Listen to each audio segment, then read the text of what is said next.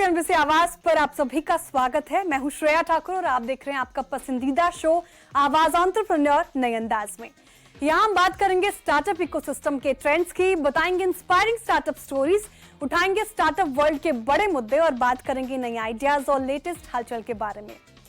देखिए, भारत में electric vehicle के लिए आसान, सस्ता और स्मार्ट चार्जिंग इंफ्रास्ट्रक्चर बनाने के उद्देश्य से शुरू हुआ स्टार्टअप काजम ने $6.2 मिलियन की series B funding international finance corporation से जुटाई है। इस राउंड में कंपनी के एग्जिस्टिंग इन्वेस्टर्स वर्टेक्स वेंचर्स और अवाना कैपिटल एडवाइजर्स ने भी हिस्सा लिया। ईवीज को बढ़ावा देने में सबसे बड़ी दिक्कत रही बैटरी चार्जिंग। इसे सुलझा रहा काजम अपने चार्जिंग स्टेशनों के नेटवर्क को मजबूत करने के लिए किस तरह से इस फंड्स का इस्तेमाल करेगा, क्या है कंपनी के लॉन्ग टर्म गोल्स और कैसे पूरा करेंगे एक्सपेंशन का टारगेट, सभी मुद्दों पर बातचीत करने के लिए आज हमारे साथ जुड़ रहे हैं कंपनी के co founder and CEO Akshay Shekhar ji. Akshay, hi, welcome to the show. Hi Shreya, good to be here. Same here, my pleasure too. Akshay, $6.2 million series B funding में आपने जुटाई। इसका अंदाजा दे कि इस कैपिटल को कहां आप यूज करेंगे, फोकस क्या फिजिकल इंफ्रास्ट्रक्चर पर होगा या फिर R&D में आप इन्वेस्ट करेंगे? तो $6.2 मिलियन जो है, इसमें लगभग 30% हम लोग यूज करने वाले हैं R&D के लिए। तो कज़ाम ने एक्चुअली बिल्ड किया था इंडिया का फर्स्ट 2 और 3 व्हीलर के लिए AC चार्ज पॉइंट्स, जो लगभग आप समझ सकते हो कि घर में लगते हैं और 2 या 3 घंटे लगते हैं चार्ज होने को। इन द न्यू डेवलपमेंट हम क्या कर रहे हैं कि हम फास्ट चार्जर्स बना रहे हैं फॉर 2 एंड 3 व्हीलर्स। इसको हम बोलते हैं LEV DC, मतलब light electric vehicle DC charger. इसके वजह से आपका इलेक्ट्रिक व्हीकल 15 से 20 मिनट में फुल 80% तक चार्ज हो जाता है, एंड स्पेसिफिकली 2 और 3 व्हीलर के लिए। ये क्यों इंपॉर्टेंट है? क्योंकि इंडिया में लगभग 30 करोड़ व्हीकल 2 और 3 व्हीलर्स है, जो मेजॉरिटी जनता यूज करती है आउट ऑफ 35 करोड़ व्हीकल्स जो इंडिया में है। तो इसके लिए इसका प्रॉब्लम सॉल्व करना बहुत ही इंपॉर्टेंट है कंट्री के लिए, एंड इसके लिए हम इस पे फोकस कर रहे हैं। दूसरा चीज जो हम कर रहे हैं R&D स्पेसिफिकली इज इंडिया में एक UPI जैसा मॉड्यूल क्रिएट कर रहे हैं, जहां पर आप एनर्जी को ट्रेड कर सकते हैं। जो आपके घर में चार्जिंग स्टेशन लगा है, उसका बिजली का बिल आप और कम कर सकते हैं with a new technology called as unified energy interface. ये अभी नए डेवलपमेंट में हो रहा है। ये हम श्री नंदन निलेकनी जी, जिन्होंने UEI बनाया था, इंडिया UPI बनाया था और आधार कार्ड के सिस्टम्स के लिए टेक्नोलॉजी बिल्ड की थी फॉर इंडियन डिजिटल गुड्स, इनके साथ मिलके ही हम ये बना रहे हैं along with the Beckn protocol. तो ये 2 चीजें हैं जो हम बहुत ज्यादा फोकस में कर रहे हैं eight this point of time, जिसके लिए हमने ये फंडिंग भी उठाया है।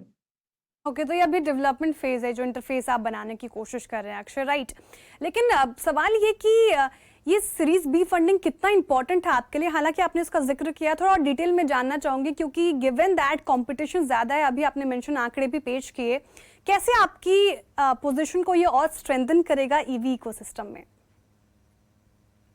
हाँ, तो एक्चुअली तो दो हिस्सों में मैं बांटूंगा पूरे इंडस्ट्री को। एक है आपका 2 और 3 व्हीलर का चार्जिंग, दूसरा है 4 व्हीलर का चार्जिंग, और चौथा है आपके हेवी व्हीकल्स, मतलब आपके बस और ट्रक्स वाले चार्जिंग। तो कज़ाम जो फोकस करता है वो 2 और 3 व्हीलर और बस और ट्रक हेवी व्हीकल्स के लिए फोकस करता है। इसके लिए हम लोग हार्डवेयर भी बनाते हैं और सॉफ्टवेयर भी बनाते हैं। तो जो सॉफ्टवेयर वाला चीज है, उसमें लगभग आप समझ लो इंडिया में 3 से 4 कंपनियां हैं जो बनाती है, और ये ऐसा प्रोडक्ट है जो सिर्फ इंडिया में नहीं बिक सकता है बट बाहर भी बिक सकता है। जो हार्डवेयर की मैं बात करूं, हमारे पास बहुत सारे पेटेंट्स है स्पेशली और 2 और 3 व्हीलर कैटेगरी में, और यहाँ पर हम लोग ऑलरेडी मार्केट लीडर पोजीशन में हैं, जिसमें लगभग आप सारे बड़े कंपनीज जो आप बोल सकते हो जो व्हीकल मैन्युफैक्चरर्स है, वो हमारे साथ आज के दिन में जुड़े हुए हैं, और वो हमारे प्रोडक्ट्स बंडल करके देते हैं हर एक ईवी ड्राइवर को जो खरीदता है नया 3 व्हीलर या 2 व्हीलर को। तो हमारे लिए जो सबसे इम्पोर्टेंट और महत्वपूर्ण चीज जो है कि हम इनके साथ जुड़े रहे, और ये जहां पर भी जा रहे हैं और एक्सपेंशन कर रहे हैं in terms of cities and pin codes, वहां पर हम भी एक्सपैंड कर पाए और सपोर्ट कर पाए, ताकि व्हीकल्स, इलेक्ट्रिक व्हीकल्स और ज्यादा बिके यहाँ ये शहरों में और सिटीज और टाउन में। ओके। अक्षय, थोड़ा प्रोडक्ट पे और डिटेल दें आप मुझे। एक आप, हालांकि मैं आपके बारे में पढ़ भी रही थी, चार्ज इन अ बॉक्स करके भी एक प्रोडक्ट है आपका। अभी आपने जो मेंशन किया वो कैसे हेल्पफुल होगा सारे ड्राइवर्स को, इलेक्ट्रिक व्हीकल्स के ओनर को? और चार्ज इन बॉक्स क्या है, ये कोई डिफरेंट प्रोडक्ट है?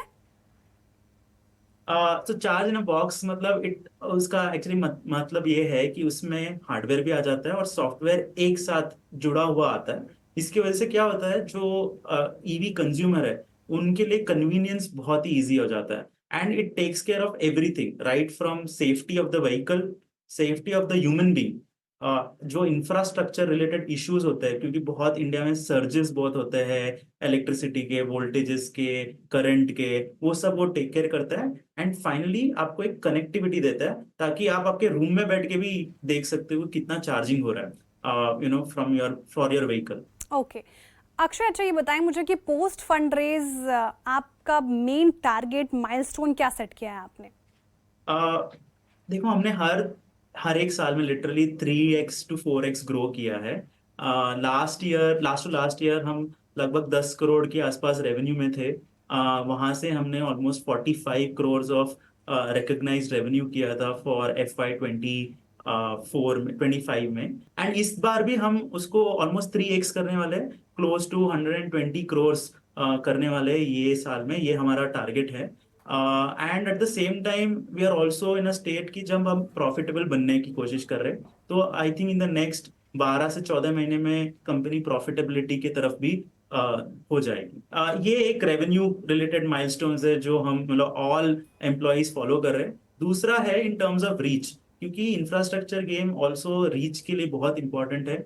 आज के दिन में हम लगभग अराउंड 80 सिटीज के आसपास है इन द कंट्री, और सबसे ज्यादा जो सिटीज ऐड किया है वो लास्ट 12 मंथ्स में ही किया था, where we move from almost 20 cities to 80 cities।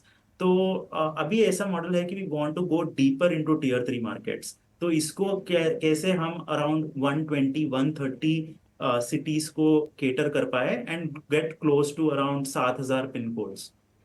Okay, तो पैन इंडिया आप और बढ़ाने की कोशिश कर रहे हैं। ग्लोबल मार्केट में सोच रहे हैं अक्षय, क्योंकि इंडिया में पकड़ तो मजबूत हो रही है आपकी, ग्लोबली कैसे एक्सपैंड कर रहे हैं? पढ़ रही थी मैं आपके बारे में, तो 10 कंट्रीज अभी फिलहाल आप हैं वहाँ पे मौजूद। If I am not wrong, you can correct मी। इसके अलावा भी क्या आप सोच रहे हैं, अगर जिस जिस कंट्रीज में हैं वहाँ पे भी पेनिट्रेशन करने का सोच रहे हैं आप? तो ये जर्नी जो इंटरनेशनल में बेचने का था वो हमने 7-8 महीने पहले शुरू किया था। इसमें दो मेजर सेगमेंट्स जो हम फोकस कर रहे हैं, एक है मिडल ईस्ट मार्केट्स और दूसरा है साउथ ईस्ट एशिया मार्केट। तो ये दोनों मार्केट ऐसे हैं जो ईवीज अभी अभी अडॉप्ट कर रहे हैं। इंडिया लगभग 2 या 3 साल आगे है इन टर्म्स ऑफ अडॉप्शन या नंबर ऑफ व्हीकल्स जो बिक रहे हैं इंडिया के मार्केट में। तो हम first mover kind of play कर रहे हैं इन दीज मार्केट्स, और यहाँ पर हम आज के दिन में सॉफ्टवेयर ही बेच रहे हैं। एंड ये सॉफ्टवेयर बिक रहा है बड़े बड़े ऑयल एंड गैस कंपनीज या एनर्जी कंपनीज जो इलेक्ट्रिसिटी भी अभी बेचना चाहती है, यूटिलिटी कंपनीज है जो हमारे साथ जुड़ी हुई है, एंड ऑल्सो फ्लीट कंपनीज है। तो ये 3 ऐसे कैटेगरीज है जिनको हम हमारा सॉफ्टवेयर देते हैं। ये सॉफ्टवेयर टिपिकली कोई भी चार्जिंग स्टेशन उन्होंने जो खरीदा रहेगा उसको कनेक्ट करता है, और उसके साथ साथ उसका पेमेंट इंफ्रास्ट्रक्चर, ऑथेंटिकेशन, ये सब कुछ मैनेज करता है, ताकि वो पूरा अपना बिजनेस को समझ पाए कि कितना प्रॉफिटेबल है, कितना एक्सपेंसेस हो रहा है, and work towards growing their own business of energy. Impressive Akshay, impressive बिल्कुल। अच्छा अक्षय, क्योंकि आपने भी आंकड़े पेश किए, ईवी का बोलबाला तो हमारे देश में है ही, और जैसे कि आप बता रहे थे ग्लोबली भी अब अडॉप्शन हो रहा है इसका। तो कंपटीशन भी जाहिर तौर पर होगा। कंपटीशन को कैसे देख रहे हैं आप, और आपके प्रोडक्ट्स कैसे स्टैंड आउट करें, ये कैसे आप इंश्योर करते हैं? तो एक्चुअली कंपटीशन मुझे पसंद है, क्योंकि इससे दो चीजें होती इंडीड। है। एक तो लोगों को अच्छा प्रोडक्ट्स मिलता है, क्योंकि हमें पुश किया जाता है टेक्नोलॉजी को आगे लेके जाने के लिए एंड टेक्नोलॉजी को इम्प्रूव करने के लिए, जिसकी वजह से कॉस्ट भी कम हो जाती है in some cases to become competitive. और दूसरी है कि नए नए टेक्नोलॉजी मिलेंगे, जैसे कि faster chargers, faster time to charge, ताकि ये सारे प्रॉब्लम्स निकल जाए। तो कंपटीशन तो मुझे एक्चुअल में पसंद है। ये that kind of does this for us. दूसरी चीज ये है कि उसमें एक एक विन लेने की जो है, the feeling that you get out of it, वो बहुत स्ट्रांग आता है when you are actually in a competition, तो you feel like you are doing something very big in that sense. आज के दिन में हम कंपटीशन को कम देखते हैं, हम एक्चुअली इनकी तरफ कोलैबोरेशन ज्यादा देखते हैं। तो हालांकि आप जिक्र कर रहे थे अक्षय कोलैबोरेशन का, सवाल भी मेरा इसी पे था, क्या आप गवर्नमेंट बॉडीज या ओईएमसी से कोलैबोरेट करने का सोच रहे हैं? हाँ, तो ईवी इंडस्ट्री में इतना इन्वेस्टमेंट की जरूरत है, बहुत व्हीकल ओईएम्स के लिए, ओएमसीज के लिए एंड इंडिविजुअल्स के लिए भी। ये बहुत ही इंपॉर्टेंट है कि हम कोलैबोरेटिव अप्रोच में काम करें। इसमें दोनों प्राइवेट का भी इम्पोर्टेंस है और पब्लिक एंटिटीज का भी इम्पोर्टेंस है। पब्लिक एंटिटीज में ओएमसीज ऑब्वियसली एक बहुत बड़ा एंटिटीज है जो ये इसमें बहुत ज्यादा पुश करवा सकती है ईवी इंफ्रास्ट्रक्चर के लिए। इसमें हम आज के दिन में एचपीसीएल के साथ ऑलरेडी काम कर रहे हैं। उनके जितने भी चार्जिंग स्टेशंस है अक्रॉस द कंट्री, वो सारे कज़ैम ने सॉफ्टवेयर बिल्ड किया उसके लिए, जिससे आप कनेक्ट कर सकते हैं एचपी ई चार्ज ऐप में और पेमेंट्स और कर सकते हैं डायरेक्टली वही ऐप से। वो सेम चार्जर्स इवन कज़ैम की मोबाइल एप्लीकेशन में भी अवेलेबल है, जहां पर आप जाके चार्ज कर सकते हैं आपके व्हीकल्स को। दूसरा है प्राइवेट सेक्टर में, सो देर आर प्लेयर्स जो डिफरेंट कंपोनेंट्स बनाते हैं। कोई कोई है जो चार्जर्स बनाते हैं, कोई है कि जिनको सॉफ्टवेयर चाहिए कज़ैम से, कोई है कि व्हीकल मैन्युफैक्चरर है उनको हमारे से चार्जर्स चाहिए, कोई है जो सिर्फ फाइनेंसिंग करना चाहता है और उनको एक सॉलिड प्रोडक्ट चाहिए जिनको वो बैक कर पाए। तो ये सारे चीजें कोलैबोरेटिव नेचर से ही हो सकती है, तभी ही ईवी और बढ़ सकता है इंडिया में। तो मोस्टली हमारा जो अप्रोच भी है वो सिर्फ कोलैबोरेटिव नेचर पे ही है कि हम कैसे इसको साथ मिलके बड़ा बना सके। Okay. Akshay, I तो pronounced it chasm and you said multiple times chasm. ये chasm नाम आपके दिमाग में कैसे आया? बहुत ही स्टाइलिश और यूनिक लग रहा है मुझे। देखो actually while building a company it is very important कि एक सिंगल वर्ब हो आपका हम्म। कंपनी। और दूसरा था कि हमें we didn't want to relate ourself to charging by calling it electric या फिर चार्ज या ऐसे सारे नेम्स, क्योंकि उसमें you don't get to stand out. तो as a brand building process हमने सोचा कि we'll go with a single verb. And और दूसरी चीज है कि getting domain names in India बहुत टफ है। तो we went from Shazam, actually एक सुपर हीरो है, वहां से हमने एस एच निकाल के ए से जेड तक सब ट्राई किया। जब के आ गया तभी हमें कज़ैम मिल गया, and then we ended up choosing Kazam as a name. So it was not very well thought at that point of time, but हमने ऐसे ही we just started building on top of it. But it sounds interesting, Akshay. Indeed, it's very interesting. अच्छा अक्षय, क्योंकि आपने EV में startup करने का सोचा, पहले तो यही स्पेस क्यों चुना आपने कोविड के टाइम पर, और दूसरा ये कि क्या चैलेंजेस आपने फेस किए इस वक्त?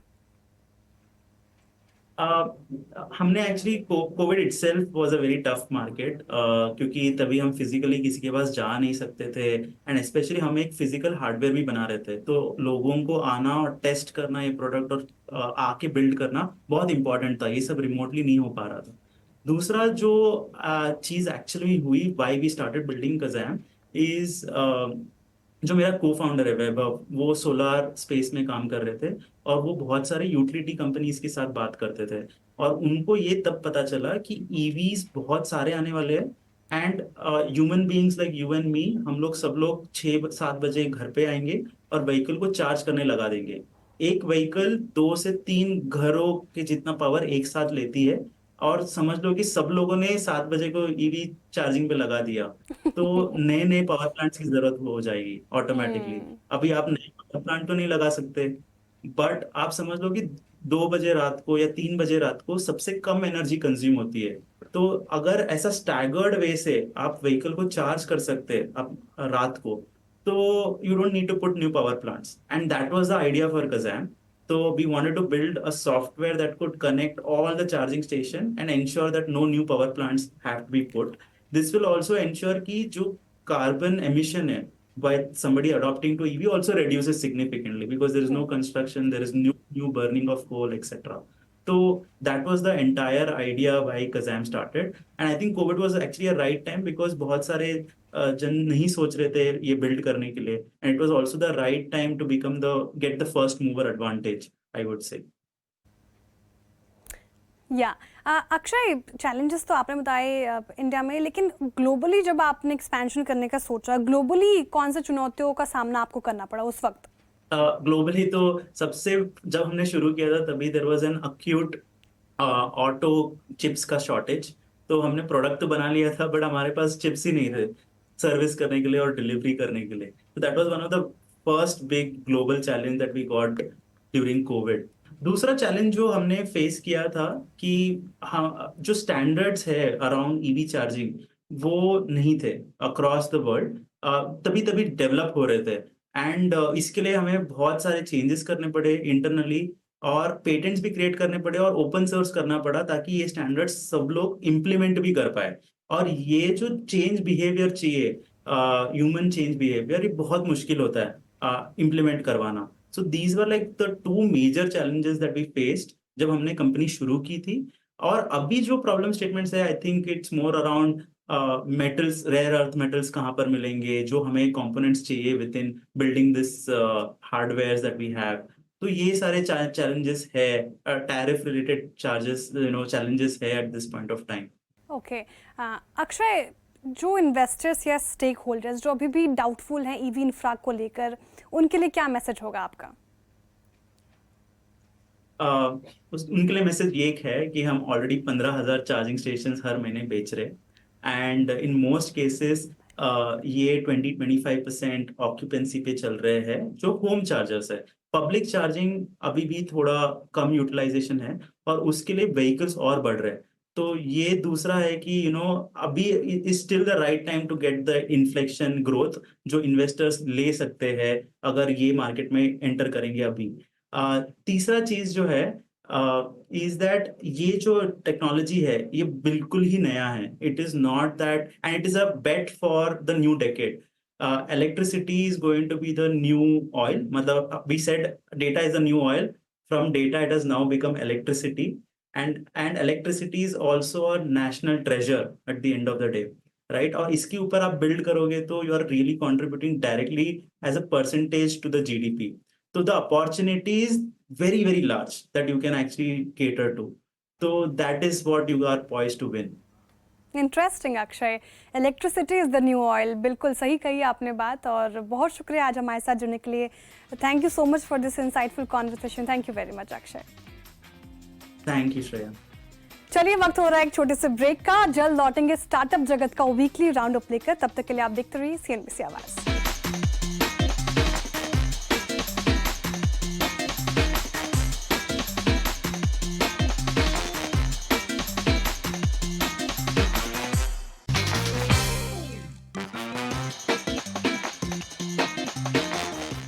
वेलकम बैक, आप देख रहे हैं आवाज एंटरप्रेन्योर। चलिए अब जानते हैं फंडिंग की समस्या को मात देते हुए किसने जीता निवेशकों का भरोसा, कौन से फाउंडर्स को मिला नए पार्टनर्स का साथ, और कुछ और बड़े फैसले जो स्टार्टअप को बना सकते हैं कल के बड़े बिजनेस। देखते हैं startup news in brief. Direct to consumer fine jewellery brand Giva ने 530 करोड़ की फंडिंग सीरीज C राउंड से जुटाई है। इस राउंड में इन्वेस्टमेंट फर्म क्रेजिस ने किया है। इसके साथ ही existing investors Premji Invest, Epic Capital और एडलवाइस डिस्कवरी फंड ने भी इस राउंड में हिस्सा लिया है। इससे पहले जून महीने में जीवा ने क्रेजिस इन्वेस्टमेंट एंड एग्जिस्टिंग इन्वेस्टर्स से 450 करोड़ की फंडिंग जुटाई थी। और इस नई फंडिंग से कंपनी रिटेल स्टोर्स और डिजिटल फुटप्रिंट को बढ़ाने के लिए, टेक्नोलॉजी से जुड़ी सप्लाई चेन को और मजबूत बनाने के लिए, लैब ग्रोन डायमंड ज्वेलरी की ऑफरिंग बढ़ाने और साथ ही साथ नई कैटेगरी में एंट्री के लिए करेगी। ब्रोकिंग प्लेटफॉर्म साही ने $10.5 मिलियन यानी करीब 87 करोड़ रुपए की फंडिंग सीरीज A राउंड में जुटाई है। इस फंडिंग राउंड में एग्जिस्टिंग इन्वेस्टर्स एक्सेल और एलिवेशन कैपिटल ने हिस्सा लिया है। खास बात यह है कि दिसंबर 2024 में लॉन्च होने के कुछ ही महीनों में कंपनी ने फंड जुटाया। इस फंडिंग का इस्तेमाल कंपनी अपने प्रोडक्ट को और स्मार्ट और ऑटोमेशन से लैस बनाने के लिए, साथ ही भारत भर में ज्यादा एक्टिव ट्रेडर्स तक पहुंचाने के लिए, नए मार्केट्स में विस्तार करने के लिए और बढ़ती मांग को देखते हुए टीम का एक्सपेंशन करने पर करेगी। Agentic process automation company automation anywhere ने अपना नया टेक्नोलॉजी प्लेटफॉर्म लॉन्च किया है। दुनिया भर की कंपनियों से मिल रही AI एजेंट्स की बढ़ती डिमांड को देखते हुए कंपनी ने इसे लॉन्च किया है। इनमें भारत के डेवलपमेंट सेंटर की भी अहम भूमिका रही है। ये नए सोल्यूशन कंपनियों को नेचुरल लैंग्वेज इंटरफेस के जरिए एआई एजेंट से काम लेने और उन्हें बनाने की सुविधा देते हैं। शुरुआत में जो सॉल्यूशंस लॉन्च हुए हैं वे खास सपोर्ट फंक्शन से जुड़े हैं, जैसे कि account payables, customer support, banking और health care. E commerce enablement platform GoKwik $13 million यानी कि लगभग 108 करोड़ की फंडिंग आरटीपी ग्लोबल से जुटाई है। इस फंडिंग राउंड में कंपनी के existing investors Z47, peak XV partners और थिंक इन्वेस्टमेंट्स ने भी हिस्सा लिया। कंपनी इस फंड्स का इस्तेमाल अंतर्राष्ट्रीय विस्तार और अपने एआई आधारित कॉमर्स टेक्नोलॉजी स्टैक के फास्ट ट्रैक डेवलपमेंट के लिए करेगी। गोक्विक की शुरुआत 2020 में चिराग तनेजा, विवेक वाजपेयी और अंकुश तलवार ने की थी। अब तक कंपनी ने कुल $68 मिलियन की इक्विटी फंडिंग जुटाई है। गोक्विक D2C और ई कॉमर्स ब्रांड्स को return to origin protection, quick checkout, quick engage, quick pass, return prime जैसी कई सुविधाएं देती है।